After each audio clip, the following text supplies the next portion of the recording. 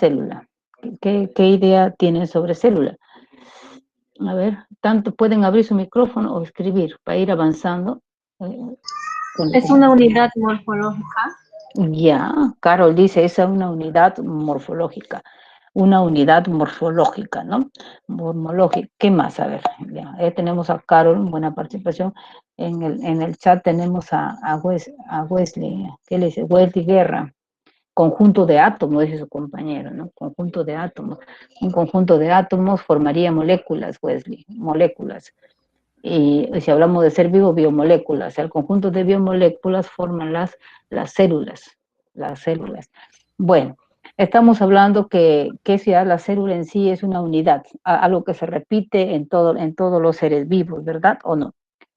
Que se repite en todos los seres vivos. ¿En qué reino se clasifican los seres vivos? ¿Cuáles son los reinos de clasificación de los seres vivos? A ver, ¿qué recuerden? ¿Qué dice Jason? Jason Fernanda Pérez, Jason Lozano. A ver, ¿qué me dicen? ¿En qué se clasifican los seres vivos? ¿Qué recuerdan? En cuanto a las células, sería eucariota y procariota. Y en cuanto a los reinos. Ya muy bien, ahí está, en reinos, Jason, está bien, reinos. En cuanto a ¿Qué los reino? reinos, plantae, monera, Ya, fungi. fungi, ya. Y ¿Qué hay dos más, falta? que son cinco que ya no me acuerdo. Y tienen que acordarse. Muy bien, ayuden a Jason. A ver, él se acuerda solamente de 3 nomás. ¿Qué le faltó? ¿Qué dice Nicole? ¿Qué dice Fernanda? ¿Qué falta? Es una pregunta básica en biología, ¿no? En biología Protista, tengo que saber los protista. ¿Qué más falta? Y faltó uno ahí fungi, que dijo, ¿no? plantae, animal, Ajá, faltó el reino animal, ¿no? monera. Entonces siempre el monera, muy bien, que son los reino animal, faltó, dice Fernanda, muy bien. Entonces su compañero estaba recordando. Entonces, todos los seres vivos están clasificados en los 5 reinos. Se supone que en esos reinos solamente se clasifican los organismos que estén constituidos de células. Hablamos de animales, de plantas, hablamos de hongos o fungi, estamos hablando de los protistas y el reino, el que dio origen, que son los monera o llamado bacterias. Muy bien, Jason, acuerda bien eso de ahí, no te olvides. Muy bien, a veces de memoria no me acuerdo, dicen, pero cuando yo veo las alternativas ahí. Por eso ahorita es cuestión de mirar, escuchar y hacer, ¿no? Para que se quede nuestro conocimiento mucho más, dure más, ¿no? Dure más en nuestra cabeza, dice, una memoria de largo plazo. De corto plazo, cuando solamente escucho y ese rato lo sé y cuando voy a recordar, ya no, ya se me fue el conocimiento. Entonces, para que no se vaya tu conocimiento, es mejor a interactuar, hablarle, escuchar, hablar, escribir, hablar, escuchar, escribir. Es importante eso para poder, dice, ¿por qué a mí se me olvidó? Estaba ahí lo tenía, pero utiliza más tus sentidos y los científicos dicen que así es como uno fija más y más tiempo dura tu conocimiento. Muy bien, vamos entonces siguiendo interactuando en términos de la temática y fijando qué es lo que necesitan ustedes de este tema para que puedan absorber sus preguntas, sus dudas sobre ello. Ya, entonces vamos a viendo la célula. Estamos compartiendo lo que es la célula. En la célula, en la primera parte, ya hemos visto que es la unidad morfológica, fisiológica, hereditaria de todos los seres vivos. Todos los seres vivos están compuestos de célula. Ese principio que acabamos de hablar, que todos los seres vivos tienen células, están compuestos de células, ¿a quién lo debemos ese conocimiento? ¿Quiénes son los autores de ese conocimiento? De que todos los seres vivos tienen célula. A ver, ¿qué me dicen? ¿Qué me dicen? A ver. Schleiden y Swatch. Perfecto. Eso también la pregunta están ya. Y ustedes tienen que estudiar las preguntas que ya están dadas y las preguntas posibles. Pero las preguntas que ya están en el sistema, tanto en la San Martín o en otras universidades, porque uno lee de todo, esa pregunta es básica. Si no lo has sabido, pues cáptalo bien. Es el Leiden y Watch, a él le debemos ese principio que al final es un postulado, ¿no? Y le decimos la teoría celular. La teoría celular. ¿Qué es la teoría celular? Esta teoría celular es una teoría donde se afirma fehacientemente de que todos los seres vivos están constituidos de células. ha unido a ello, actualmente hay alguien quien dijo que todas las células provienen de otra célula. Ese también es otro postulado. Son 3 postulados que debes grabarte bien. Uno es sobre que todos los seres vivos tienen células, están constituidos de células, y el otro postulado es toda célula proviene de otra célula preexistente. A ver, aquí nos debemos ese conocimiento, ese aporte que se unió a la teoría celular y que también está en la pregunta de práctica y de seminario. ¿A quién le Rudolf debemos? Virchow. A Rudolf Virchow. Rudolf Virchow. Perfecto. Entonces hay que marcar Rudolf Virchow. Él es el que aportó aspectos mucho más importantes para la teoría celular, igual que Sleidinger's Watch, que toda célula proviene de otra preexistente. ¿Qué significa eso? A ver, que todas las células provienen de otra preexistente. A ver, ¿qué me dicen? ¿Qué significa para ustedes? ¿Cómo lo interpretan? Toda célula proviene de otra preexistente. A ver, ¿qué idea tienen? A ver, ¿qué idea tienen? ¿Qué dice Wesley? Fernanda, ese chat todavía no se llena. A ver, interactúen. 40 personas están conmigo ahorita, a ver. Y 2 y 3, como 4 nomás están participando. A ver, interactúen. Que no puede haber generación espontánea. Ya, a ver. Ya tienen. A ver. Ya. Una célula solo puede provenir del proceso de división de otra célula. Solamente proviene de otra célula. Ya. Habla de la mitosis y la meiosis. Habla de la mitosis y meiosis, dice, ya, son procesos que tienen que ver con la división celular. Perfecto. Entonces está diciendo que, como dice su compañero, ya acá nada que ver con la teoría de la generación espontánea, ¿no? Porque esto de que toda célula proviene de otra célula preexistente ya es un postulado importante en la teoría celular, que dejó ya muy lejos lo que es la generación espontánea. Las células no salen porque sí nada más, sino que tiene que venir de una célula. Hablando de los procariontas, hablando de las bacterias, por ejemplo, las bacterias, una vez que llegan a la superficie donde se van a desarrollar, llega una bacteria y esa bacteria se va a dividir. ¿Qué tipo de reproducción tienen los Rhinomúnera o las bacterias? ¿Asexual o sexual? A ver, ese chat, veo 41 personas. ¿Te escucho? No te escuché muy bien. Asexual. Asexual. Perfecto. Fernanda, muy bien, Fernanda. Más participación en chat, es un grupo que debe estar muy activo. Los otros grupos también veo que cada uno se está animando. Ya, muy bien, Fernanda. Asexual. Entonces, es una reproducción asexual donde la bacteria se divide en 2. ¿Cómo se llama esa reproducción asexual donde la célula se divide en 2? ¿Qué nombre tiene? Fisión binaria. Fisión binaria o también llamado bipartición. Entonces, esa bacteria, la primera bacteria, la preexistente, supone, ¿no? La preexistente, la ancestral, se divide en 2 y da 4.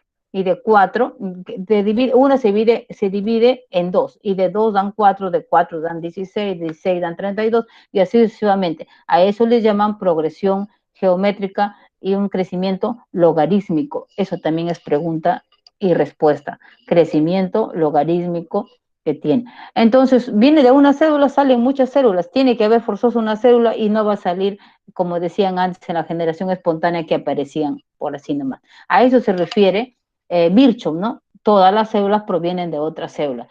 Y por último, el tercer postulado es de que las células tienen aspectos generales unas con otras. ¿Qué aspectos generales cree que tengan unas con otras? A ver, generales, no estamos en específicos. ¿Qué aspectos generales de una célula? ¿Qué recuerdan? A ver, para decir lo que dice el siguiente postulado, ¿no? Todas las células, en su generalidad, tienen aspectos iguales, en algo tienen iguales. ¿Qué creen que tiene igual todas las células? A ver, comiencen. ¿Qué creen que tiene igual? El núcleo, ya, vamos viendo el núcleo. ¿Qué otro aspecto tiene? Muy bien. Membrana celular en Membrana celular, todas las células tienen membrana celular, no todo, porque estamos viendo lo general. Núcleo, membrana celular, ¿qué más tendrían? Citoplasma. El citoplasma, perfecto. y algunos organelos que vamos a ver que sí tienen, pero no todos tienen los mismos organelos, ¿no? Por ejemplo, cloroplasto. ¿En qué célula está el cloroplasto? En las plantas. En las plantas y en algunas algas también. Plantas que hacen fotosíntesis, ¿no? Las que todas hacen fotosíntesis, por eso tienen su cloroplasto y algunas algas. Muy bien. Entonces estamos hablando de si se cumple lo que dice la teoría celular. La teoría celular se basa en 3 postulados. Todos los seres vivos están formados por células, todas las células tienen algo en común, y todas las células derivan de otras células. Esa es la teoría celular. No vaya a ser que en otro grupo me dicen, ¿qué significa la teoría celular? Me dice todo lo que está en los libros es la teoría celular. No estoy diciendo la teoría de la biología, no estamos hablando de teoría celular, es parte de las preguntas de admisión, ¿no? Y por eso hay que entender qué es la teoría celular y quién creó la teoría celular, ¿no? Y ahí estamos ya con Sladen y Schwartz, y lo acompañó Virchow. ¿Ya? Esa es la respuesta de las preguntas sobre este punto. Y no olviden acá en el conocimiento de la célula, comenzando por Robert Hooke, que nos aportó con el término celda o célula, ¿no? El término celda, ¿no? Que lo observó como si fuera un panal de abejas, ¿no? Que tiene ahí, ustedes ven microscópicamente el panal de abejas, es tridimensional, ¿no? Es un hexágonos perfectos, ¿no? Entonces, celda. Y luego tenemos a Anthony van Leeuwenhoek con también con la observación que vio al agua estancada, y ahí vio los protozoos, y él lo llamó en esa época protistas. Entonces, ¿pero con qué lo vio? Con el microscopio, ¿no? Gracias al microscopio, a la sofisticación que se dio más al microscopio, y ahí es cuando se ha observado mejor. A Robert Brown, que no vayan a confundir con Robert Hooke. Robert Brown tiene que ver con el descubrimiento del núcleo en las células, ¿no? El núcleo en las células vegetales y animales. A Purkinje, a Johannes Purkinje, que se le debe el término protoplasma, el líquido que está lleno de la célula, pensaba que era un líquido, pero sabemos que no es un líquido, ¿no? Ahí vamos a ver que este líquido no es tan líquido que digamos, sino que es un citosol, como algo gelatinoso, y ahí también está el término citoesqueleto que tienen que ver también ahí.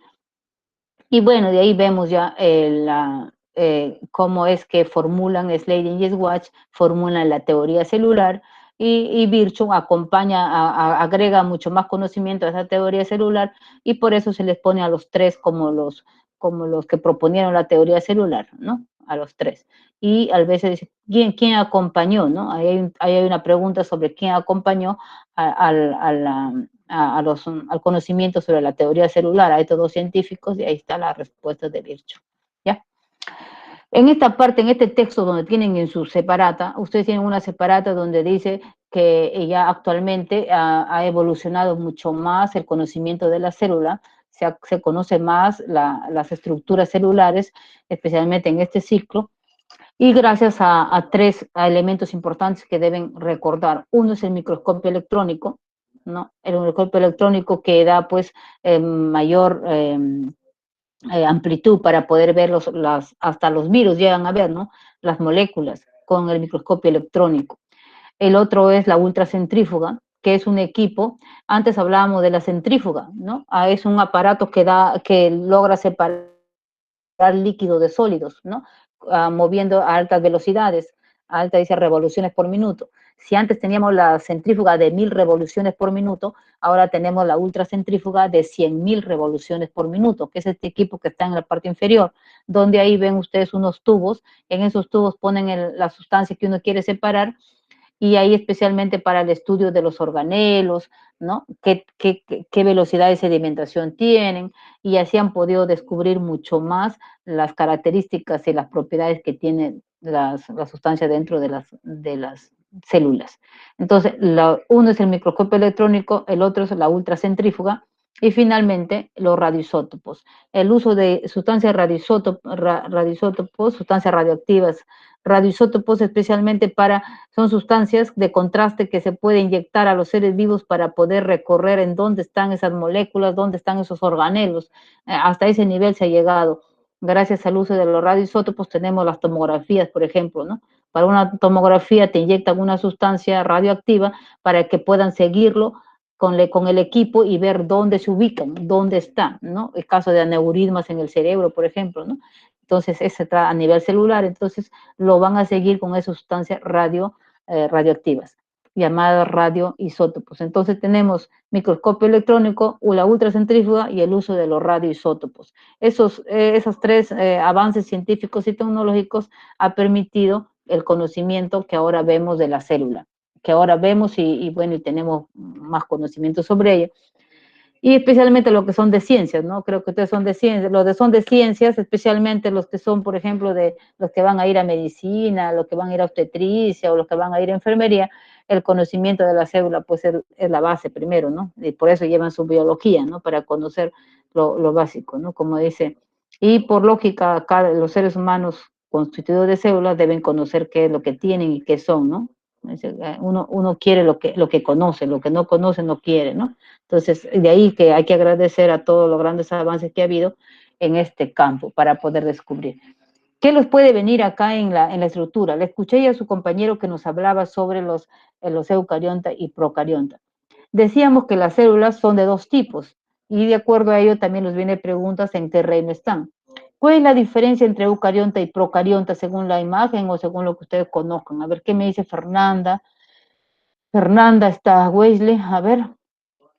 Hay poca acción tengo en el chat. A ver. Las células procariotas carecen de núcleo. Ya, a ver, dice procarionta porque carece de núcleo. Y eucarionta supone que sí tiene núcleo. A ver, ¿qué dice? ¿Hay otra participación más? ¿Alguien más? Su ADN también está disperso en las procariotas. ADN disperso en los procariontas, dice. Ya. Ahora sí vamos por el término. ¿Eu qué significa? El prefijo eu, ¿qué significa?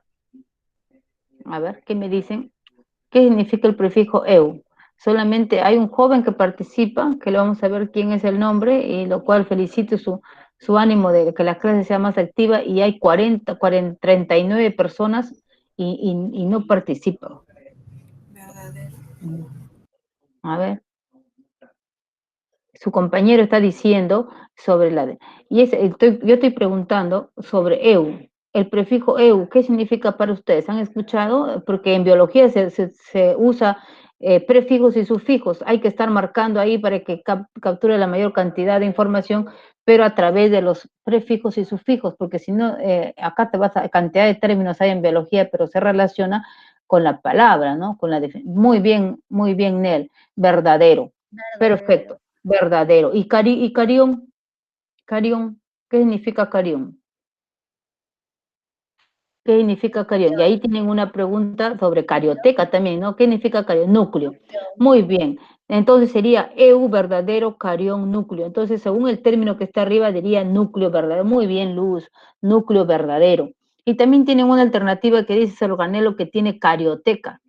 La membrana que cubre acá al núcleo se llama membrana nuclear, pero hablamos de carioteca. Como es carión núcleo, carioteca vendría a ser la membrana. Eso es otra alternativa de una pregunta que tienen sobre este punto. Entonces tienen núcleo verdadero, ¿no? Y supone que el otro es un núcleo falso, ¿no? Y llamado también nucleoide. Por eso no le dicen núcleo. ¿Y por qué no le dicen núcleo aquí? Porque no tiene membrana nuclear, pero sí tiene ADN. Sí tiene ADN. Por eso se dice nucleoide. Núcleo. Es diferente decir nucleosoma, nucleosoma. O nucleolo, ¿no? Nucleolo, que son términos diferentes. Entonces, estamos hablando de la membrana nuclear. Los eucariontas, como dice, muy bien han recordado ustedes, tienen membrana nuclear, y los procariontas no, su ADN, como dijo su compañero, muy bien recordó, está disuelto, está en el citoplasma. Y la zona donde está se le dice nucleoide. Muy bien, núcleo verdadero, Karin. Perfecto. ¿Y qué tienen en común? A ver. ¿Qué tienen en común ahí en la gráfica? Donde estoy tratando de explicarles acá. Los ribosomas. Los ribosomas. Muy bien, los ribosomas. Y bueno, ahí también vamos a ver otras estructuras más que lo vamos a revisar para que vean ustedes las diferencias y puedan marcar correctamente como debe ser. La otra pregunta es, ¿cuáles son los reinos que tienen los seres vivos, tienen célula procarionta? Procarionta. ¿En qué reinos? ¿O en qué reino? ¿O qué reinos? tienen célula, o su célula se llama célula procarionta. ¿Qué reino es? A ver. Protista. ¿El reino protista será? A ver, será protista, ahí no se vayan a confundir. Muy bien, la participación de tu compañero me ayuda a explicar. Yo te felicito, sigue así para que podamos nosotros, a veces pensamos que está bien y es mejor explicarnos ahora y vayan contentos con las respuestas que deben marcar, ¿no? A ver, su compañero dijo protista, ¿es cierto? El reino protista tiene su célula ahí de tipo procarióntica. A ver, ¿qué me dice Luz Fernanda? Sí, ¿no? Vamos a la pregunta, a ver, céntrense. Él ha dicho protista. ¿Es cierto, los protistas tienen su célula procariota? A ver, ¿qué me dice? ¿Qué dice Fernanda? ¿Sí, no? Nel, El reino monera. Wesley. Estamos diciendo sí, no o no sé. A ver. Monera. Reino Monera, ¿no? Entonces, esa confusión que ha tenido su compañero no va a ser que lo marque, ¿no? Porque si me gustaría ponerlo en la alternativa protista, a ver si lo van a marcar. Porque dicen, bueno, procarionta deriva de protista, voy a marcar protista. No, dicen, ¿no? Muy bien, ya se corrigió también su compañero, muy bien. Es el único que tienen célula procarionta, es de tipo procarionta, es el reino Monera. Y en el reino Monera, ¿quiénes están? ¿Quién es el representante del reino Monera? No va a decir que no venga la palabra Monera, venga otra cosa. ¿Quién representa el reino Monera? ¿O quiénes están en el reino Monera? Para decir, no voy a decir que no me venga Monera. Las bacterias. No, Nel, protozoarios no. Los protozoarios son eucariotas. Muy bien, las bacterias. Y también puede venir las cianobacterias o las cianofitas.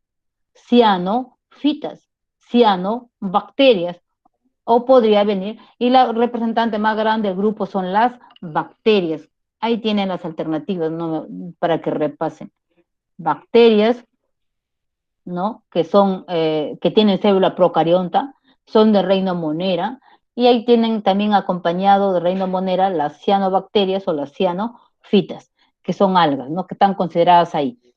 Bien, y por lógica es pensar de que todos los demás, los 4 reinos que hemos estado hablando, ¿no? Que ahí están los protozoarios también, los fungi, como he dicho, las plantas, ¿no? Y los animales, eso está dentro de los que ellos todos tienen células eucariontas. Y por lo tanto, nosotros tendríamos, ¿qué tipo de célula? ¿Qué tipo de célula tenemos nosotros? Eucariota. ¿Cómo va a ser procarionta? Nosotros somos procariontas. Si acabamos de decir eucariota, muy bien, Nel.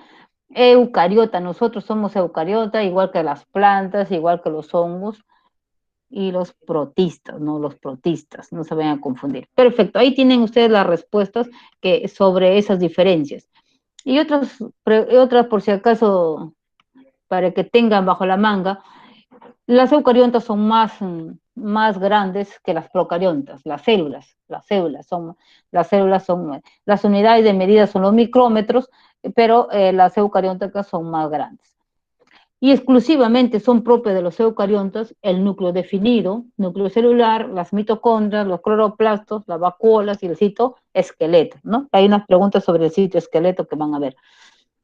Y de cierto que las eucariontas puede haber unicelulares y pluricelulares, ¿no? Puede ser. Y en cambio de los procariontas, el caso de las bacterias, solamente son unicelulares. Ya han hablado de la reproducción. Los procariontas tienen reproducción asexual. A diferencia de que las células eucariontas puede haber reproducción asexual y sexual. Aprovechando esta imagen, hay otra pregunta de admisión aquí en esta imagen. En donde les dice, ¿cuál es la diferencia entre, lo que estamos viendo acá es el ADN, acá también en la procariótica ADN. ¿Cuál es la diferencia entre los dos, creen ustedes ahí, en la imagen? A ver, ¿qué me dice? ¿Qué me dice Nel? ¿Qué me dice Nicole? Wesley, ¿qué dice? ¿Qué diferencia encuentra? Este sería el ADN, el azulito, acá también tiene ADN. ¿Qué es lo que ve de diferente? El núcleo, profesora. El núcleo, no, aquí mira, ADN, y aquí también está el ADN. ¿Cuál diferencia ves ahí? ¿Algo ves de diferente? El ADN de las procariotas son circulares y están unidos y no están unidos a las histonas. Pero tiene histonas entonces. Dice, el ADN está unido a las, no está unido a las histonas. Al decir eso, me estás diciendo que en los procariontas ves histonas ahí. Aquí, ¿ves histonas? No. No. Entonces, eso fíjate bien en la cabeza. Los procariontas no tienen histonas. Los únicos que tienen histonas son los eucariontas. Muy bien, Karen. No tienen histonas. Y la pregunta que les ha venido es, ¿cuál es la proteína nuclear? ¿No? Para eso hay que saber qué naturaleza química tienen las histonas. ¿Qué creen que es las histonas? ¿Carbohidrato, lípido o proteína? Proteína, sí escuché por ahí, proteína. Entonces dice, ¿cuáles son las, ahí te venía, ¿no? ¿Cuáles son las proteínas nucleares? Así venía la pregunta, y es la pregunta que está ya, ¿no? Ya está elaborada esa pregunta ya. Entonces la respuesta es las histonas, las histonas. ¿Y en dónde están las histonas? Están en el núcleo de las células eucariontas. Y están formando, para que no se olviden, las histonas, imagínense un collar de perlas, dice, ¿no? La teoría dice ahí, se asemeja a un collar de perlas, donde cada una de las perlas vendrían a ser las histonas. Y cuando se une perla con perla, está unido a través del ADN, ¿ya? Entonces no se viene del collar de perlas, las histonas, y lo que lo une es el ADN. ¿En dónde estamos hablando? De las células eucarióticas. Muy bien. Ahora tenemos las preguntas con respecto a la membrana celular. En la membrana celular le dice que la membrana celular ¿cuál sería? Es una propiedad característica muy específica de la membrana celular. Ustedes ya saben que la membrana celular, si hay una célula, la célula no tiene boca, no tiene cerebro, ¿cómo va a poder decir quién entra o quién sale de la célula? Porque la célula tiene que alimentarse, tiene que haber un transporte de sustancias, ¿no? No es que hay unas alternativas que dice, la membrana celular sirve para la protección. Puede ser que sea para la protección, pero es una propiedad muy lejana. Lo que hace la membrana celular es permitir el paso de sustancias, el transporte de sustancias, tanto del exterior hacia el interior de la célula, como del interior hacia el exterior. Entonces, como no tiene esa capacidad como tenemos nosotros ya, como estamos organizados de esa manera, de decir qué es lo que quiero agua, quiero comida, qué es lo que quiero, qué es lo que va a entrar o no va a entrar. Entonces, hay una propiedad muy específica de todas las células en la membrana citoplasmática. Y de ahí vienen los términos de las preguntas que los viene. Una de las preguntas es, ¿la membrana citoplasmática es permeable, semipermeable o impermeable? ¿Qué pondrían ustedes? ¿La membrana es permeable, semipermeable o impermeable? A ver, ¿qué pondrían? Semipermeable. Semipermeable. A ver, ¿por qué sería semipermeable? A ver, ¿a qué se refiere cuando dice semipermeable? A ver, muy bien. Muy bien. ¿A qué se refiere cuando decimos semipermeable? ¿Qué dice Karen? ¿Es selectiva? Es selectiva, esa es la respuesta, es selectiva. Imagínense que si fuera permeable cualquier cosa entraría, ¿no? O que sería impermeable, muere la célula, ¿no? Muy bien. No permite el paso de todo. Perfecto, perfecto. No permite el paso de todo. Muy bien. Buenas respuestas me han dado. Y ojalá que no se me olviden, como dice la propiedad, es semipermeable. Ahora porque selecciona quién entra y quién no sale. Bien. La pregunta también que nos viene acá es, hay un modelo que sigue, el último aceptado, se acepta que su modelo se llama modelo del mosaico fluido, así se llama el modelo, y se le debe a Singer y Nicholson, ¿no? Hay que repasar eso. Modelo del mosaico fluido, y se le atribuye este conocimiento, este modelo, esta propuesta a Singer y a Nicholson. ¿Y qué es lo que dicen Singer y Nicholson? ¿Cómo está formado? ¿Cómo es, en buen decir, en síntesis, la membrana citoplasmática? ¿No? ¿Qué es lo que nos dice? Está compuesta de dos capas de fosfolípidos, y como son dos capas, hablamos de bicapa de fosfolípidos. Y esto es lo que ustedes ven acá, estos bolitos que están acá, que hay dos capas, uno en la superior y en la inferior. Estos bolitos de acá vendrían a ser el fósforo con el alcohol, y estos rabitos que ven, de cada uno sale dos rabitos, vendrían a ser los ácidos grasos. Entonces, ácidos grasos unidos al alcohol, ¿no? Al alcohol y al fósforo, y así vemos esta capa de fosfolípidos. En la parte superior vemos otra capa de fosfolípidos, y por eso dice bicapa fosfolipídica. E incrustado, acá ven ustedes unos bolos acá, incrustados proteínas. Estas proteínas pueden estar, dice transmembrana, o también llamado proteínas integradas, que sale uno en la parte exterior y en la parte interior, o sea, lo atraviesa toda la bicapa. Otras pueden estar en un costado nada más, ¿no? Que no atraviesa, sino encima. Por eso dice proteínas periféricas. Y otras pueden estar a la mitad, como están viendo acá, que son proteínas integradas. Esto especialmente nos explica para ver el transporte pasivo de las células, cuando intervienen este tipo de proteínas, transporte de sustancias, que también hay unas preguntas sobre ello. Entonces, ahí tienen ustedes el modelo del mosaico fluido, compuesto, y ahí viene la alternativa, ¿no? Bicapa fosfolipídica y proteínas. Bicapa fosfolipídica y proteínas, no se olviden. Bueno, yo lo he aprendido así, ¿no? Que dice, bueno, si es bicapa fosfolipídica, la asemejan como si fuera un pan. Si ustedes abren el pan, los dos tapitas del pan vendrían a ser los fosfolípidos. Como son dos, bicapa fosfolipídica. Y como en medio uno pone algo, carne, por ejemplo, ahí serían las proteínas y sería como un sándwich, ¿no? Como un sándwich. Así no nos podemos olvidar, ¿no? De la forma del mosaico fluido de Singer y Nicholson, ¿no? Como si fuera un sándwich de carne, ¿no? Muy bien. Esa es la naturaleza química y los va a venir seguros las proteínas. Bien, en cuanto a la pared celular, ¿qué les viene de la pared celular? La pared celular, como hemos visto, las células animales no lo tienen. Lo tienen por ejemplo, los que tienen célula eucariótica, en el caso de los hongos y las plantas. Y las células procarióticas, el caso de las bacterias. En los hongos y las plantas, lo que nos preguntan acá es qué naturaleza química tiene la pared celular, de qué está compuesta, ¿no? A ver, los hongos, ¿de qué está compuesto su pared celular? A ver, ¿qué me dicen? Quitina. Quitina, perfecto, la quitina. Los hongos tienen quitina. ¿Y las plantas? Celulosa y hemicelulosa.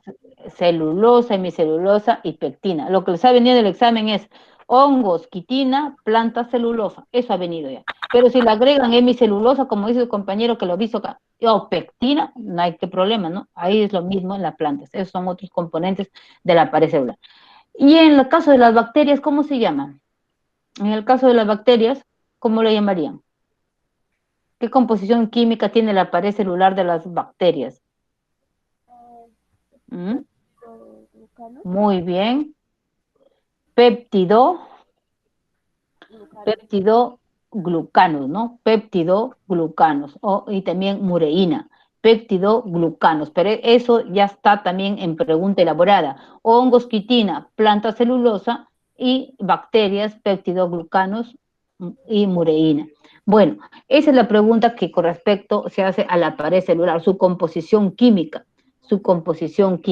¿no? Y este sí ya es de protección, ¿no? Porque a veces decía, la membrana citoplasmática de protección no es de protección, como protección le consideramos, por ejemplo, la pared celular.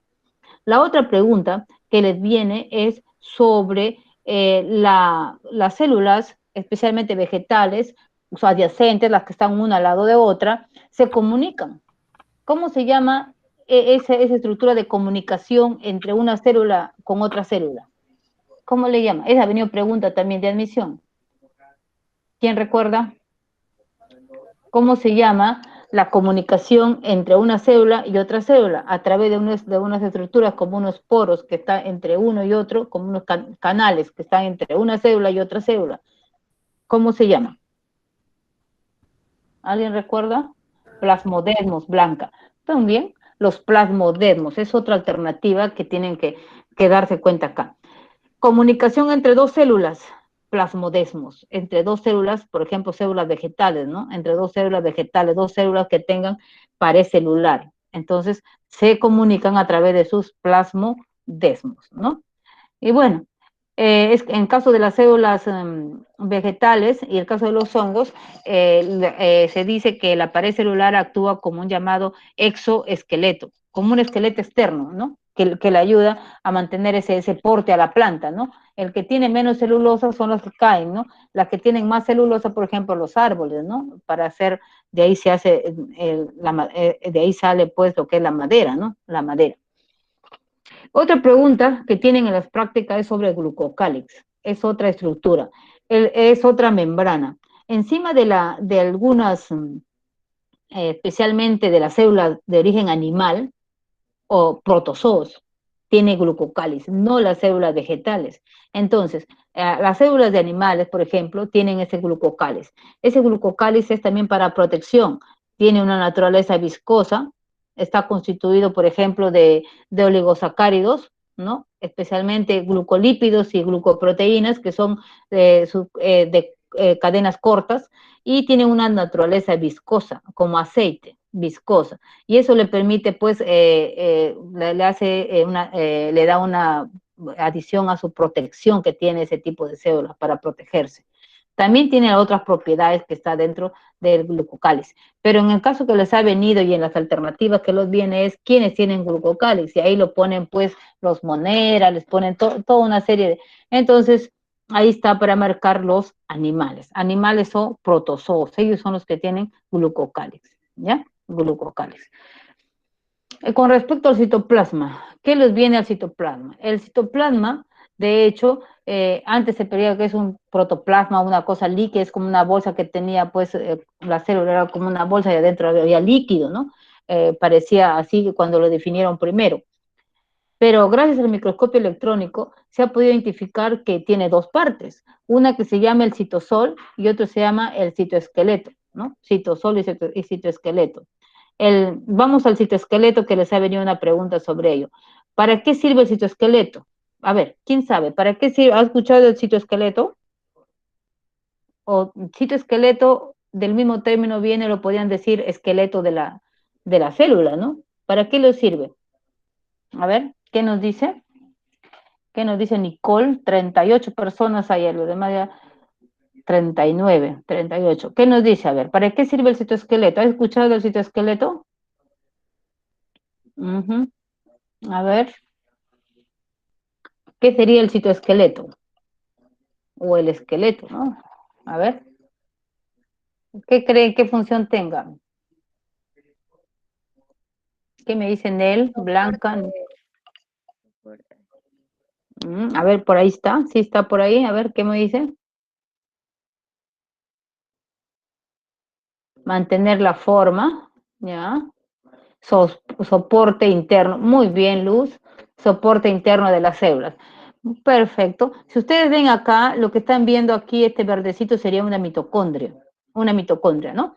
Esa mitocondria no está caída por todos lados, sino está como suspendida, ¿no? En su lugar, ubicado. Igual como nosotros, por ejemplo, tenemos nuestro corazón ubicado en nuestra caja torácica.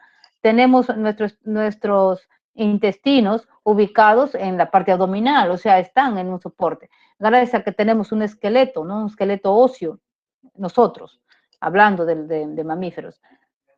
Un esqueleto donde te pone la posición y gracias a que tienes un esqueleto óseo y muscular, se encuentra posicionado en el lugar donde debe estar. En la célula se pensaba que estaba en cualquier lugar, ¿no? Un ribosoma botado por allá, las membranas colocadas en cualquier sitio, ¿no? Como pensaba que era una bolsa como líquido, pues, ¿no? Como un protoplasma líquido ahí. Pero se dan cuenta que con el descubrimiento con los avances que ha habido, especialmente los microscopios, se ha podido ver que dentro no están así los organelos botados en cualquier lado, sino están suspendidos en algo.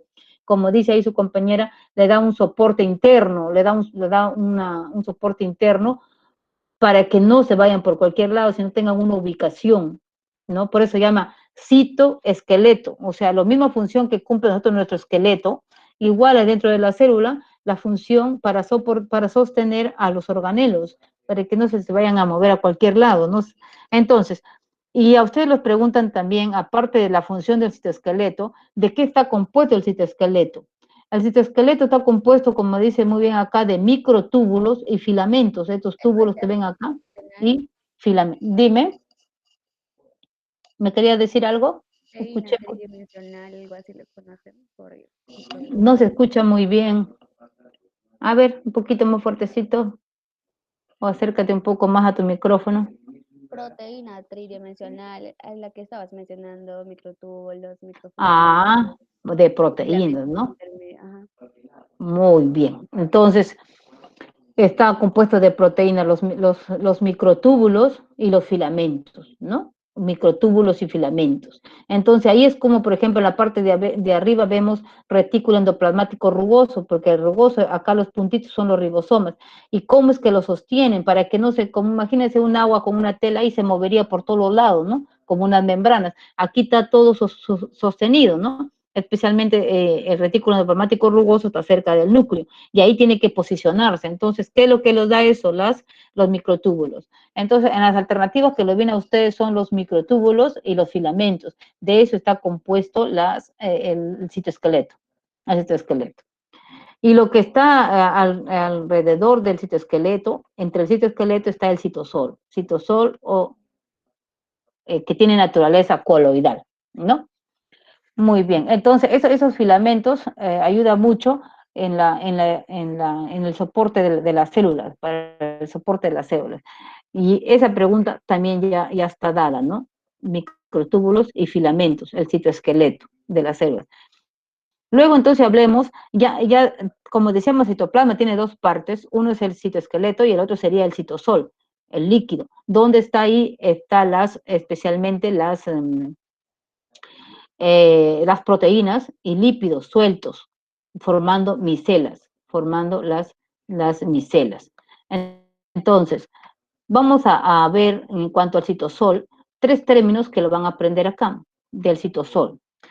Hay que darse cuenta que el citosol o citoplasma, ¿no? Hablando en general, en el citosol tenemos dos fases, una fase dispersante y una fase dispersa.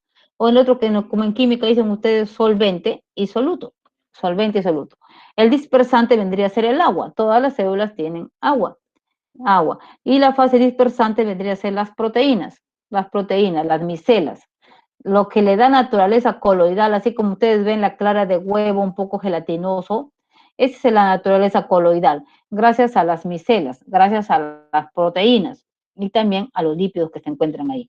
Eso le da la naturaleza coloidal. No era un líquido como se pensaba, pues que era como si fuera agua, como les decía al inicio, sino es un líquido coloidal, que quiere decir es un líquido semisólido y semilíquido, ¿no? Así, no es líquido suelto, ¿no? Esa característica les da el hecho de decir que tiene el citoplasma, por eso se dice coloide. Entonces, gracias a esa naturaleza que tiene 3 propiedades que ustedes tienen que aprenderlo. Uno es la tixotropía, el movimiento bromiano y el efecto Tyndall.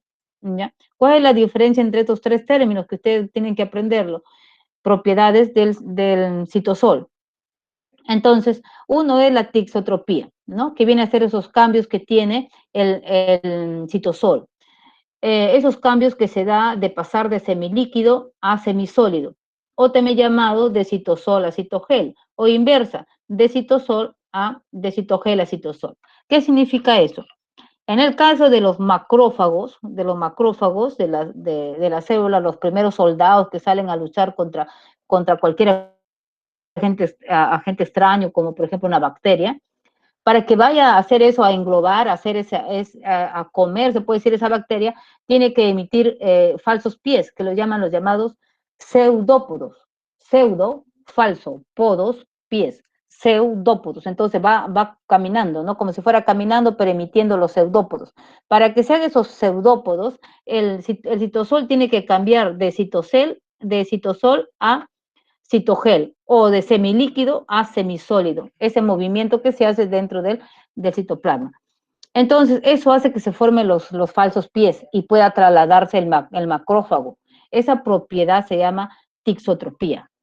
También se ve la tixotropía muy bien utilizado por la característica de ese citoplasma es en las amebas. Acuérdense de las amebas que decían las amebas come cerebro, entre comillas, ¿no? Bueno, las amebas en las superficies, en este caso en una piscina, por ejemplo, una ameba se mueve por la superficie, y para que se mueva la ameba es unicelular, y para que se mueva la ameba no tiene patas, no tiene nada, ¿no? Entonces, para que se mueva tiene que su citosol tiene que cambiarse a semilíquido y a semisólido para que haga ese movimiento ameboideo, ¿no? Y pueda caminar. Esa es la propiedad de la tixotropía que tiene el citoplasma de unas células y muy utilizada en el caso de los macrófagos, que son los glóbulos blancos, o de las amebas que le estaba hablando hace un momento. Muy bien, entonces ahí tenemos lo que es la tixotropía. Ahora vamos al movimiento bromiano. Como les decía, en el citoplasma hay micelas, hay proteínas, y esas sustancias, esas micelas, tanto de lípidos y proteínas, no están así quietas, sino están en movimiento, un movimiento desordenado, un movimiento caótico, así como ven esa animación que, si están viendo la animación que tengo acá en la parte de la superior de mi diapositiva. ¿Lo ven? ¿No lo ven? A ver, ¿me entienden? ¿No me entienden? ¿Qué dice? ¿Lo ven? Abran su micrófono porque no estoy viendo el chat. Sí, Miss. Listo. Eso para que no se olviden y fijen estos tres términos, ¿no? Lo importante es que los tres términos queden en su cabeza. ¿A qué nos estamos refiriendo? Este movimiento caótico de las micelas que sucede dentro del citoplasma se llama movimiento bromiano. Movimiento bromiano, ¿ya? Especialmente gracias a los fosfolípidos y proteínas. No se encuentran estáticas porque el citoesqueleto solamente lo que sostiene son los organelos, más no las moléculas. Las moléculas se mueven aceleradamente por todos los lados. Entonces, movimiento bromiano. Luego tienen el efecto Tyndall. Por tener esas moléculas en ese movimiento y estar ese líquido no solo, sino acompañado de fosfolípidos y lípidos, cuando uno hace pasar un rayo de luz a través de esa sustancia se dispersa y se expande, se dispersa y se ve ese tipo de efecto que tiene cuando dentro tiene esas partículas, ¿no? Esas partículas coloidales. Y solamente sucede con el líquido del citoplasma. Ese efecto se llama Tyndall. A diferencia que si uno hace pasar la luz por un vaso de agua que tengas, no va a pasar nada porque no tiene esas moléculas, no tiene esas sustancias microscópicas como es las micelas, por ejemplo, ¿no? Las micelas que están compuestas de lípidos y proteínas. Entonces, dos propiedades que tiene ese coloide y por ende el citosol de las células. Las propiedades de la tixotropía, movimiento bromiano y efecto Tyndall. ¿Alguna pregunta ahí? ¿Alguna pregunta para pasar a otro? Listo. Si no hubiera preguntas, ¿qué me dice Nel? ¿Entendió Nel? ¿Qué dice Blanca? ¿Se entendió la tixotropía, movimiento bromiano y efecto Tyndall? ¿Entendió? ¿No entendió? ¿Qué dice Luz Karina Vela Rodríguez? Muy bien, gracias Blanca. Muy bien, ¿ya? ¿Qué dice? A ver, pregunta. ¿Entendió? Sí, se entendió. Listo. Ya, eso con las imágenes, lo importante es que no me fallen al momento de marcar a qué se debe. Ahí hay varias preguntas. Lo importante es entender qué es para que ustedes puedan marcar, si no va a ser complicado ahí. Ojalá que les haya ayudado con esa parte de los tres propiedades de la sustancia coloidal. Bien, pasamos entonces de hablar de la sustancia coloidal, ahora pasamos a los organelos. En esta gráfica que ven ustedes, en este organizador, ahí vemos muchas respuestas de las preguntas que tienen sobre los organelos. Una de ellas son simples, pero importantes para que no fallen. Nos dice que los organelos hay de dos tipos, unas que tienen membrana y unas sin membrana. Y ahí los preguntan a ustedes, ¿cuáles son los organelos amembranosos? Amembranosos, ya saben que el prefijo a significa sin. Sin, amembranosos. O también lo pueden decir sin membrana, o sea, los que no tienen membrana. Y ahí vienen los que no tienen membrana. ¿Quiénes son? Los ribosomas, las inclusiones, el citoesqueleto, los cilios, flagelos, los centriolos, o también lo puede venir centrosoma, centriolos, centrosoma. Estos son los que no tienen membrana, y eso sí tienen que acordarse muy bien para marcar, porque viene sin membrana y con membrana. primero acuérdense los sin membrana, que ya lo resto será con membrana, ¿verdad? Entonces, sin membrana, bien aprendido, y por si me ponen otro organelo, ya sería con membrana. Hay que ser muy hábil en acordarse, en saber estudiar. Esta imagen debe quedar en su cabeza, los con membrana y los sin membrana. Bueno, si ya lo sé los sin membrana, por lógico ya sé quiénes son los que tienen membrana, ¿no? Tengo que separarlo. Y si la pregunta es mucho más específica, con membrana, hay con membrana que tiene doble membrana y los que tienen membrana simple. Los que tienen membrana doble, ahí está el núcleo, la mitocondria y el cloroplasto, ¿no? Estos dos organelos son importantes porque también vienen muchas preguntas sobre mitocondrias y cloroplastos. Entonces tenemos núcleo, mitocondrias y cloroplasto. Ellos tienen membrana doble. Y por lo tanto, la membrana simple van a tener los retículos, retículo liso y retículo rugoso, el aparato complejo de Golgi, lisosomas, peroxisomas, glioxisomas y vacuolas. Entonces, hay que aprender, hay que saber captar y bueno, ustedes saben que están en la época de captar la mayor cantidad de temática porque de eso va a depender su ingreso, ¿no? Su ingreso. Entonces, hay que ver mecanismos de cómo te aprendas muy bien este cuadro. Es lógico que hay muchas preguntas ahí, ¿no? Pero dentro de ellas ya tienen algunas para que puedan ver. Preguntas con respecto a los organelos. Ya vamos a los organelos que tienen doble membrana. Y ahí tienen los dos organelos que le he puesto acá para que ustedes puedan recordar. Estos dos organelos, las preguntas con respecto a estos dos organelos. Les dicen, organelos que tienen ADN, ¿no? Aparte del núcleo. ¿Cuáles son los organelos que tienen ADN? Y ahí está la respuesta, ¿no? ¿Cuáles serían? Las mitocondrias y los cloroplastos. No se olviden. Mitocondrias y cloroplastos, ¿ya? Bueno, aparte de estos organelos, dice, ¿cuál es el organelo que tiene, que es semiautónomo? El organelo que es las mitocondrias, por tener ese ADN que decimos, por eso dice semiautónomo. Bueno, ¿en qué organelo se encuentra? Les dice la cadena respiratoria. ¿En qué organelo se encuentra la cadena respiratoria? A ver, ¿qué dirían? ¿Ya han leído esa pregunta ya? ¿En qué organelo se encuentra la cadena respiratoria? Mitocondrias. En las mitocondrias. Más exquisita la pregunta. ¿En qué parte? ¿En el citosol o en las crestas mitocondriales? ¿Qué dirían? ¿En el citosol o en las crestas mitocondriales? ¿Qué pondríamos? A ver, adivina. En las crestas. En las crestas mitocondriales. Y ahí hay 36 personas que yo estoy seguro que van a marcar muy bien ahí. Crestas mitocondriales, ahí está. Y bueno, le dice, ¿qué es lo que se produce en la mitocondria? ¿Qué es lo que se produce? A ver. El ATP, muy bien. Puede venir ATP o puede venir alternativa energía metabólica, ¿ya? El ATP o energía metabólica, te puede venir así también, no va a confundir la energía metabólica. Ahí también le comparan a la mitocondria como si fuera una fábrica de producción de energía, ¿no? Organelo que se compara a una fábrica de producción de energía, y ahí vendría a ser la mitocondria. Y acuérdense que es de doble membrana. Bueno, ¿y qué se produce en el cloroplasto? Porque le hacen un paralelo entre cloroplasto y la mitocondria. ¿Qué es lo que se produce en el cloroplasto? ¿Qué sucede en el cloroplasto? A ver. Glucosa. Fotosíntesis. Muy bien, se produce la glucosa. ¿Bajo qué reacción? ¿Cómo se llama la reacción? ¿Cómo se llama la reacción donde se produce la glucosa? ¿Cómo se llama? No me digan que no lo sé. Fotosíntesis, la fotosíntesis es una reacción donde se produce la glucosa. ¿Y dónde se produce? En los cloroplastos, ¿no? En los cloroplastos. Y en los cloroplastos, acuérdense de dos términos también, ¿qué es un tilacoide y qué es una grana?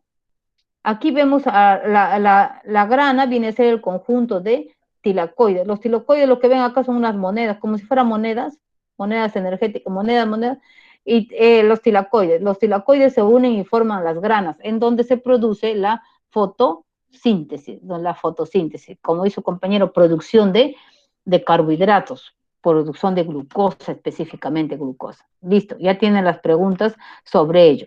Ahora vamos a los plastos. Por si acaso, el cloroplasto es un plasto.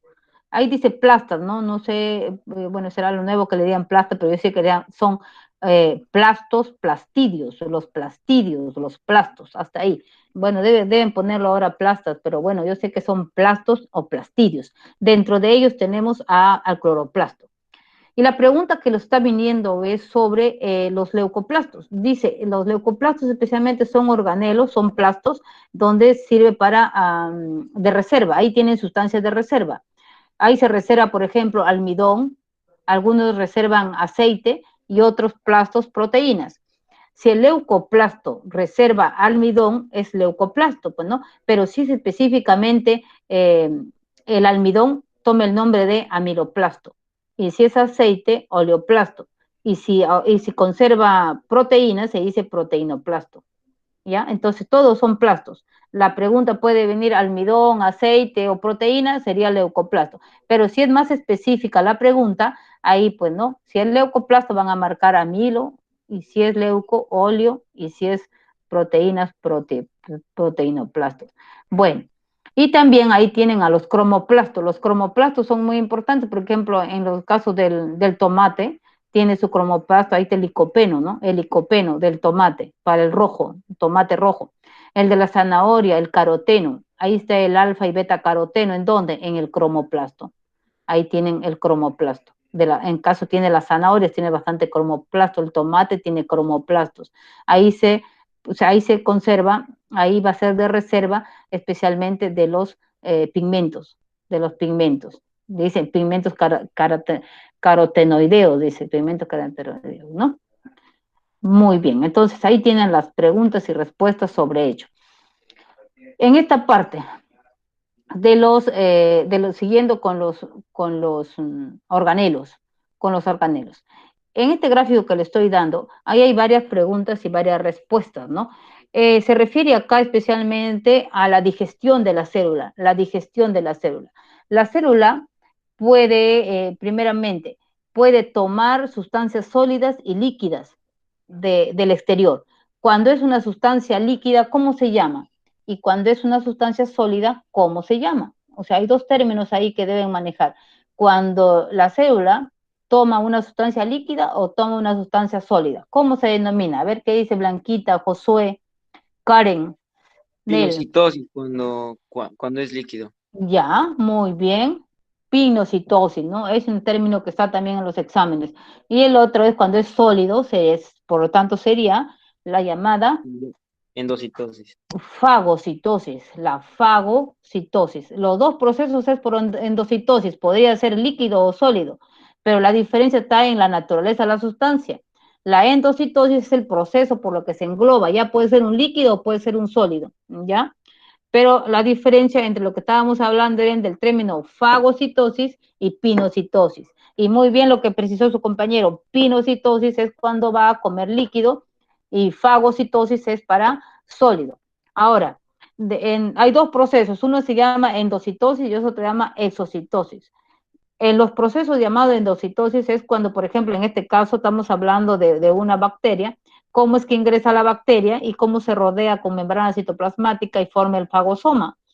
Este fagosoma, para que se destruya la bacteria adentro, tiene que venir un lisosoma.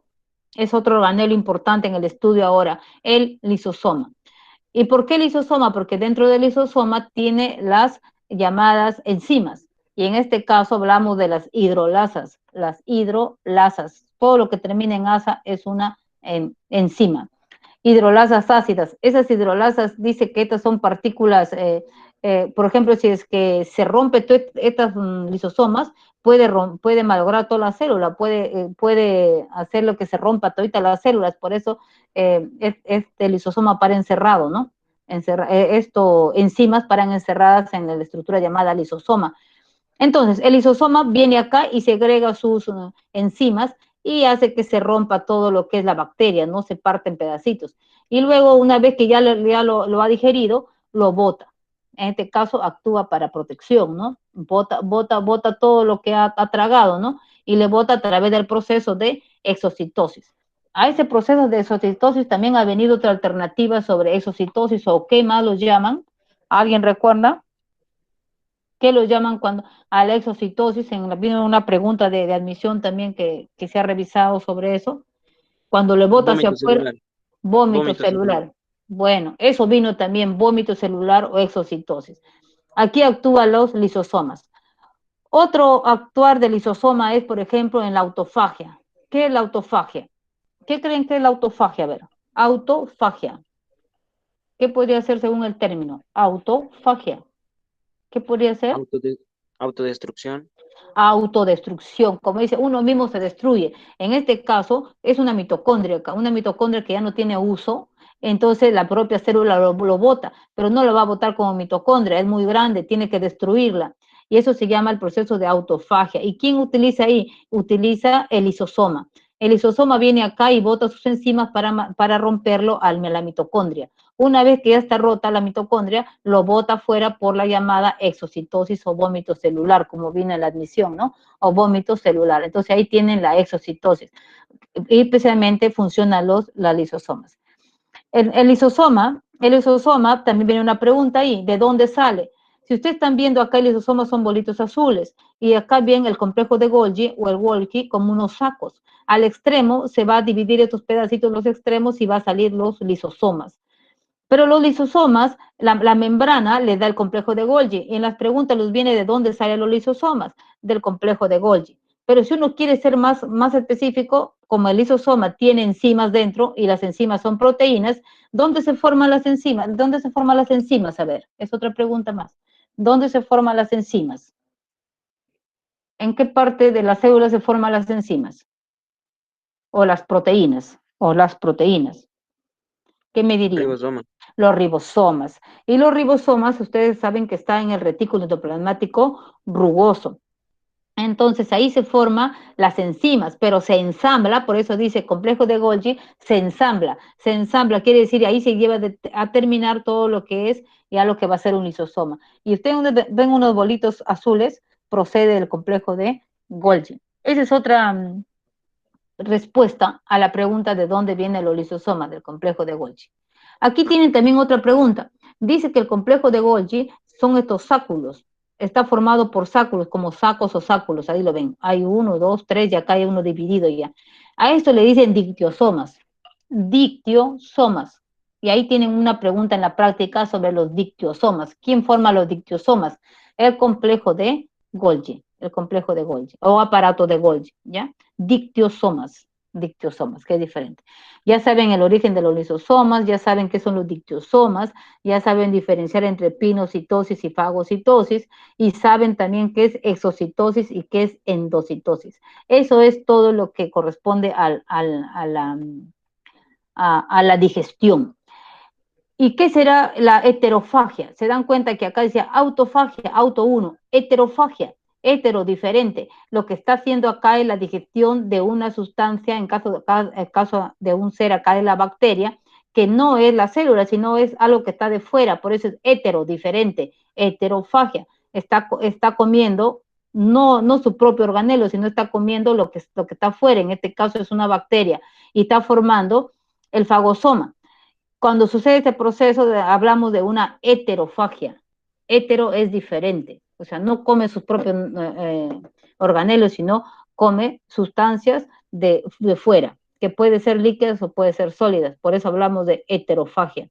Y el otro término es autofagia. ¿Se entendió? ¿Qué me dicen? ¿Sí, no? Sí, profesora. Muy rápido. ¿Está bien ahí? ¿Listo? Yo sé que van a volver a leer, ¿no? Los que no lo han entendido van a volver a leerlo o a mirar su gráfico, porque ahí van a ¿ya? Las otras preguntas, vamos acá a otras preguntas más de endomembranas, sistema de endomembranas. En el citoplasma hay una serie de membranas, comenzando del inicio. Comienza con la membrana, la carioteca o membrana nuclear. Luego sigue esto de acá, que es el retículo endoplasmático rugoso. Y ya sabemos por qué es rugoso, ¿verdad? ¿Por qué es rugoso? No voy a decir porque está arrugado.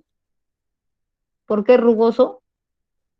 ¿Por qué tiene ribosomas? porque tiene ribosomas, y en los ribosomas se hace la síntesis de proteínas, y como está pegado acá al retículo endoplasmático, aquí se hace la síntesis de proteínas, y acá tienen el otro que es retículo endoplasmático liso, es liso. Entonces, aquí se produce la síntesis de lípidos, por ejemplo, de lípidos, la detoxificación de sustancias, ¿no? Cuando uno se intoxica con algo, aquí es donde se produce ese proceso de detoxificación. Y también lípido le conocen acá porque produce lípidos. Bueno, hablando de las sustancias, hablando de las proteínas o los lípidos, se van a ensamblar luego de acá de pasar de estas membranas, pasan hasta lo que es el complejo de Golgi. Ahí es donde se ensamblan. Ensamblar se refiere a que se pone en su membrana, también se selecciona quién está bien, quién está mal para que salgan.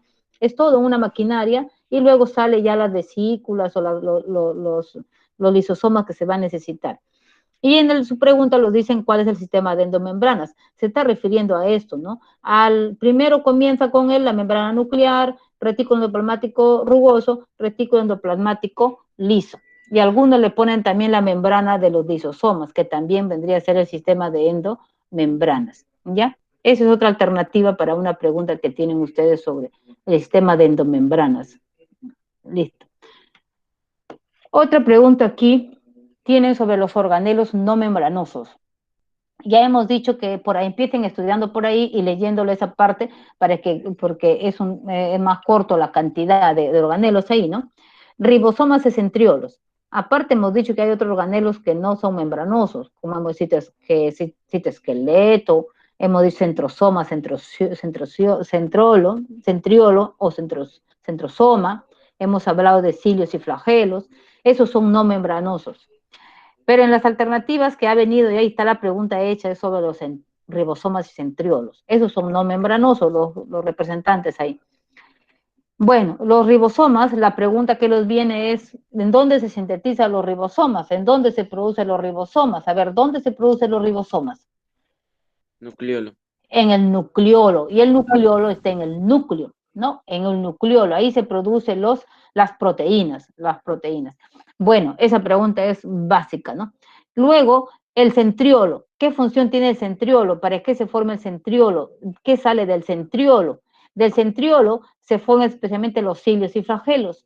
De ahí salen también los microtúbulos, ¿no? Para el citoesqueleto, por ejemplo.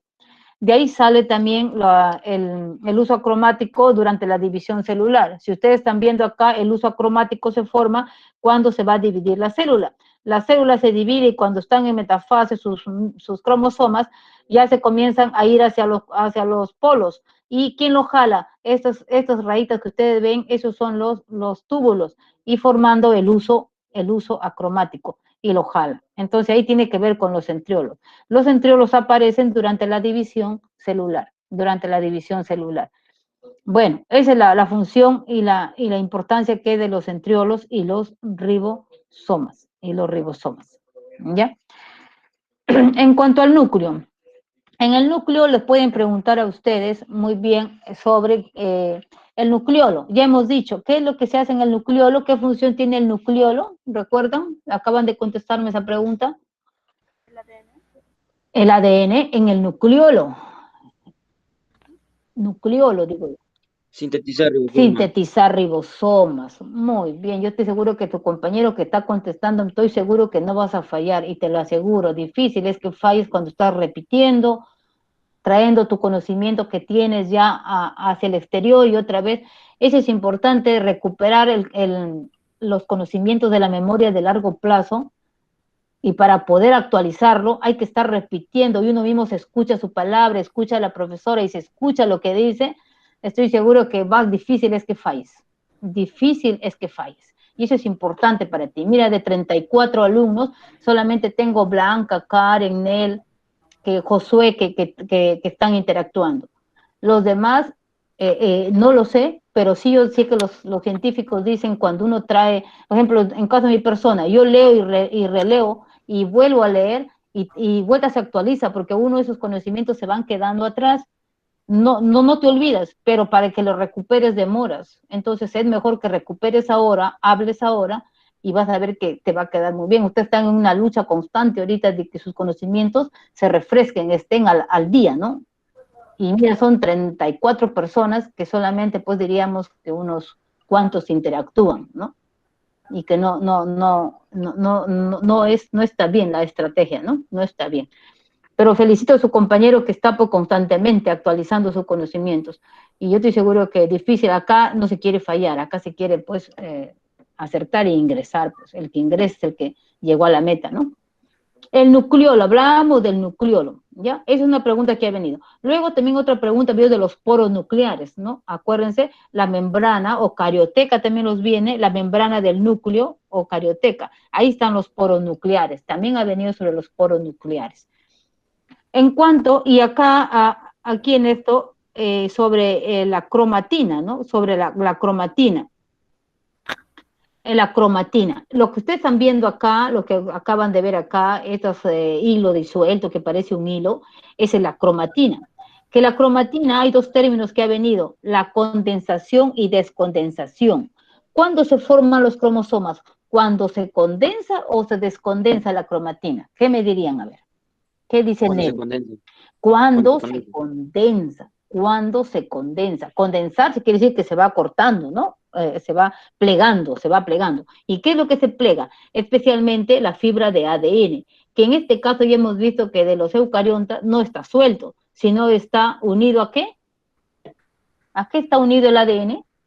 a las histonas. A las histonas, así como si fuera un collar de perlas, acuérdense, un collar de perlas, no va a estar suelto, entonces se condensa y va a formar los cromosomas. Y producto de la descondensación, ¿qué nos da? A ver. Si se descondensa el cromosoma, ¿qué nos va a dar? Porque ya cuando llega a interfase, ya está La cromátide. las cromátides. A ver. Ya, pero una cosa es la condensación y ya se formó los cromosomas. Y para que se deforme otra vez, ¿qué te va a dar?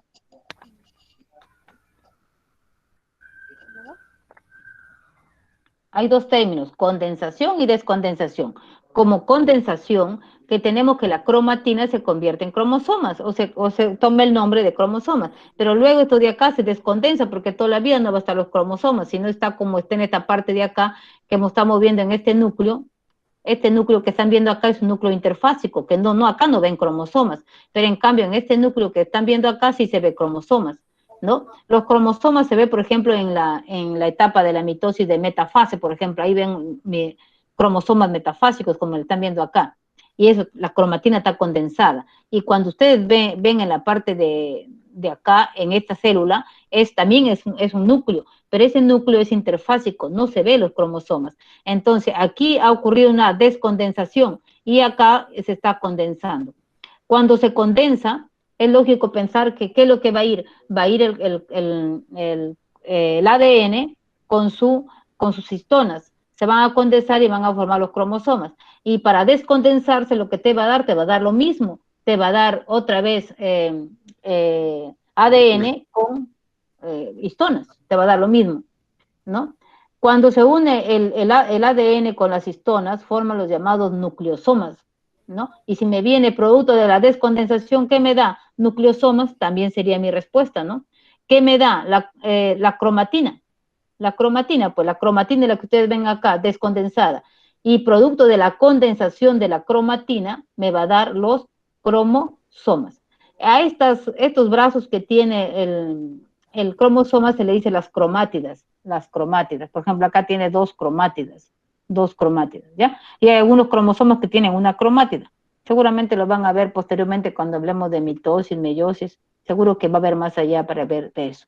Pero ahí están las preguntas. La pregunta que nos vino es condensación y descondensación, ¿ya? Eso no hay que olvidarse. Función del nucleolo también. Ahí tienen las diferencias para que fijen. Y pasemos ahora especialmente a lo que es la función de la membrana citoplasmática y la pregunta que nos viene con respecto al transporte pasivo y al transporte activo. ¿Cuál es la diferencia, a ver, en transporte activo y transporte pasivo? ¿Cuál es la diferencia? Uno gasta energía y el otro no. Esa es la diferencia contundente, ¿no? ¿En dónde hay gasto de energía? Activo, transporte activo. En el transporte activo. transporte activo. Y por ende, el transporte pasivo es un transporte sin gasto de energía. Y las preguntas que lo vine acá, si ustedes se dan cuenta, el transporte pasivo, hay varios tipos de transporte pasivo dentro del pasivo. Hablamos uno de difusión simple, ¿no? Sin gasto de energía. Por ejemplo, por difusión simple pasa el sodio, el potasio y el cloro, que son iones. Y como es solutos, hablamos de diálisis, así se llama el nombre, de diálisis. Y en el caso del agua, hablamos de ósmosis. Entonces hay dos procesos de difusión simple. Uno es la diálisis y otro es la ósmosis, ¿no? Diálisis y ósmosis. Uno tiene que ver con los solutos, que es el sodio y el potasio y el cloro. No todos los solutos. Hablamos de iones específicos como sodio, potasio y cloro. Y ósmosis hablamos de agua. De eso es difusión simple. Pero hay una difusión facilitada. Y eso nos hace recordar al modelo del mosaico fluido. Hablábamos de la membrana histoplasmática. Y ahí tenemos, ¿no? Les preguntan a ustedes por difusión facilitada, ¿quién pasa, por ejemplo? Si ustedes ven acá, esto amarillo vendría a ser la proteína. Y este es un carro o carrier, así le dice, carro o carrier. ¿A quién hace pasar esta proteína? A ver. ¿Qué estructura es la de abajo? Tiene 6 carbonos. ¿Cómo se llama esta estructura de 6 carbonos? Glucosa. Glucosa. La glucosa se posa acá en la parte superior de las proteínas y las proteínas, así como dice su nombre, carriers o carros, lo hacen pasar hacia adentro. Esa es una difusión facilitada. ¿Quién lo ha facilitado? La proteína. La proteína ha facilitado que ingrese la glucosa. Y para nosotros, pues, que ingrese la glucosa es importantísimo, si la glucosa viene de la digestión de los alimentos, ¿no? Y la glucosa que ingrese, pues, es lo que nos va a dar energía. Su difusión es facilitada y es transporte pasivo. La otra pregunta que nos viene son sobre los gases. Los gases como tipo CO2 u oxígeno, igual que algunos iones, como el sodio, por ejemplo, un ion como el sodio. ¿Cómo se llama su transporte, no? Si es transporte activo o pasivo sobre esos gases. Y como están viendo acá, pasan por transporte pasivo. Y uno es por difusión simple, que es el caso del CO2 o el oxígeno, ¿no? Y el otro es por canales, como el caso del sodio. El sodio solito, ¿no? El sodio solito, porque el sodio siempre pasa a sodio y potasio, pero es otra cosa ya. Este es en caso de iones, sodio y potasio.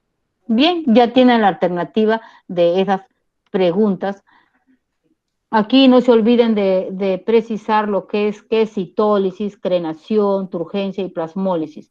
Eso tienen que muy bien dominarlo en relación a la concentración de las sustancias en donde se pone la célula. Y hay una diferencia entre célula animal y célula vegetal. Eso es que revísenlo ahí. Pasamos acá al resumen que hemos estado viendo. Ya vemos que por difusión simple, sin gasto de energía, de transporte pasivo, pasa el oxígeno, el ion sodio solito y la glucosa. También el CO2 que la hemos estado viendo al inicio. Y por transporte activo, en el caso del sodio y el potasio juntos, sodio y potasio.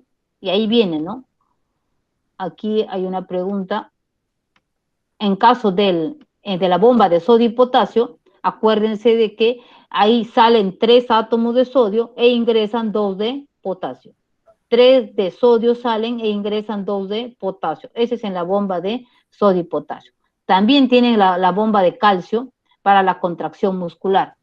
Esas 2 bombas gastan energía y así se llaman, ¿no? Bomba de sodio y potasio y la bomba de calcio. Esos son los 2 tipos de transporte activo. No se confundan con el ion sodio, ¿no? Aquí estamos hablando del paso del sodio y potasio.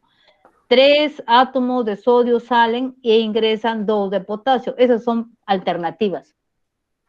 3 de sodio y 2 de potasio, ¿no? Esos son transporte activo, con gasto de energía. Bien, ahora vamos, antes que se me vayan de la sala, vamos a las preguntas. Muy bien, ahora vamos a la pregunta. Número 1, ponen su número 1, ojalá que haya más participación, tenemos 35, 34 alumnos, a ver, ojalá que agarren su máquina y comiencen a poner. Pregunta número 1, a ver. ¿Se considera como uno de los autores de la teoría celular? Como uno de los autores, a ver, ¿quién sería ahí? Dicho. La D, 1D, ponle numerito, Heiner, Karen, 1D. 2, es un organismo procariota, se caracteriza por carecer de la Carioteca. carioteca, C, 2C. Vayan poniéndolo ahí, por favor. Nel, muy bien, 1D. 2C. 3. La circulación intracelular se realiza a través de intracelular retículo endoplasmático. Perfecto. A. 3A. Muy bien, ahí está, perfecto. 3A. 4. La digestión, tanto intracelular como extracelular, es realizado por la digestión. Hemos estado hablando de la digestión. Los lisosomas. E. 4E, Nicole, 4E. ¿Cuál de las siguientes estructuras no es propia de la célula animal? No es glioxisomas. 5D. 5D. Listo. 6. ¿En la pared celular de los vegetales existe? Celulosa. Perfecto, ya está. 6C. 6C. No se olviden, 6C. 6C. Karen, 6C. La principal función de la membrana plasmática es, eso ya también lo saben. B, perfecto. Transporte. B, 7B. 9. ¿Son organoides celulares sin membrana? La C. La C. La C, 8C. 8C, Karen, 8C. Muy bien, Karen está más rápida ahí. Ya, muy bien. 9. El ADN puede estar contenido en las siguientes estructuras celulares. La E. Muy bien, muy bien. La B, la 9E. 9E, excepto 9E. Muy bien. Los 10, los organismos del reino Monera. La D. La D. Perfecto, pared celular. 10D. D de dedo, Karen. 11. Modificación de la membrana plasmática, cuya función es aumentar la superficie de absorción. La B. La B, las microvellosidades. Las microvellosidades. 11B. Perfecto. 12. Mecanismo de transporte a nivel de membrana celular, por lo cual dispone de los gases y iones. La C. La C. 12C. 12C. Perfecto. 13. Parte de la célula que se encarga de la síntesis y transporte de lípidos esteroideos, de lípidos. La E. La E. Retículo endoplasmático liso. Está bien. E. 13E. 14. Tipo de transporte a nivel de membrana, por lo cual incorpora sustancia de naturaleza sólida. Eso hemos estado hablando ya. La E. La E. Fagocitosis. 14E. Fagocitosis. 15. Los dictiosomas son sacos membranosos que pertenecen a, eso lo hemos hecho también. 15. La B. Complejo o aparato de Golgi. B. 15B. B, Karen. 15B. Perfecto. 16. Organoide en el que se encuentran las enzimas de la respiración aeróbica. Ahí eso sí lo saben. La mitocondria. D. 16D. 16D. Tipo de plastidio, ¿no? Tipo de plastidio que almacena almidones en la raíz de las plantas. ¿Cuál es el plastidio? Leucoplasto. 17B. 17B. 18. Función específica de los cloroplastos. Eso sí ya lo saben. La D. La 17 es B. La 18 es D. D. 18D. 18D. Y por último, ¿quién sintetiza el ARN ribosomal y proteínas? Nucleolo. El nucleolo. 19B. 19 Karen B. 19B. 19B. Muy bien, jóvenes. Hemos terminado justo a tiempo. ¿Habrá una pregunta, algo que quieran decirme? ¿Alguna pregunta que quieran hacer? Dime. ¿La 17 es la D o la B? La 17 es la B. 17B. 17 es B. Corrige, Karen. 17B. Leucoplasto. 17 es leucoplasto. Ya hablamos, ¿no? De leucoplasto, que almacena los plastillos, que almacenan sustancias de reserva. Y si hubiera amiloplasto, pues más directo es amiloplasto. Listo, jóvenes. ¿Algo más? ¿Alguna pregunta más? Karen, respuesta de la B, 17B. Muy bien, Karen, gracias. Listo, dime. Las microvellosidades. Ya, las microvellosidades son las células que están en el intestino delgado y se forman esas microvellosidades para aumentar la superficie de absorción, porque ahí es una función muy importante de absorción de los nutrientes a nivel del intestino delgado. Y ahí es donde, esa es la respuesta, ¿no? Para aumentar la superficie de absorción, son las microvellosidades, ahí es para la absorción de los nutrientes, a eso se refiere. ¿Listo? Muy bien. ¿Algo más? ¿Algo más? ¿Algo más, chicos? Miss, la Muy 9, bien. Dime. la 9. La 9. Es La E. 9 se refiere al ADN, puede estar contenido en las siguientes estructuras, excepto, ya hemos dicho que puede estar en el ADN, la cromatina que está en el núcleo, está en la mitocondria, está en los cloroplastos, la cromatina y cromosoma está constituido de ADN, eso hemos dicho, cromatina está constituido de ADN, el cromosoma también, o sea, y lo que no tiene ADN es la vacuola, la E, la 9, la E, la 9 es la E. Listo, Karen, muy bien. ¿Otra pregunta más? La 9, Blanca, ya, Blanca está bien, ¿no? Ya, la E, excepto la vacuola. La vacuola no tiene. Listo. ¿Alguna pregunta? ¿Otra que han confundido? ¿Algo más? Bien, bien, jóvenes. Gracias, Fernanda, gracias a ustedes. Gracias, jóvenes. El grupo ha sido muy animoso. Sigamos así, yo sé que van a repasar, igual como su compañero que estaba activo, un solo compañero. ¿Quién ha sido? A ver, dime su nombre para conocerlo. ¿Quién ha estado conmigo hasta el final con todo? Escuché la voz de una sola persona y de un joven. Como estaba con el... ¿Ya se fue? Hola, ¿quién ha sido? ¿Quién ha estado conmigo conversando hasta el final? A ver. ¿Quién ha sido? ¿Jason?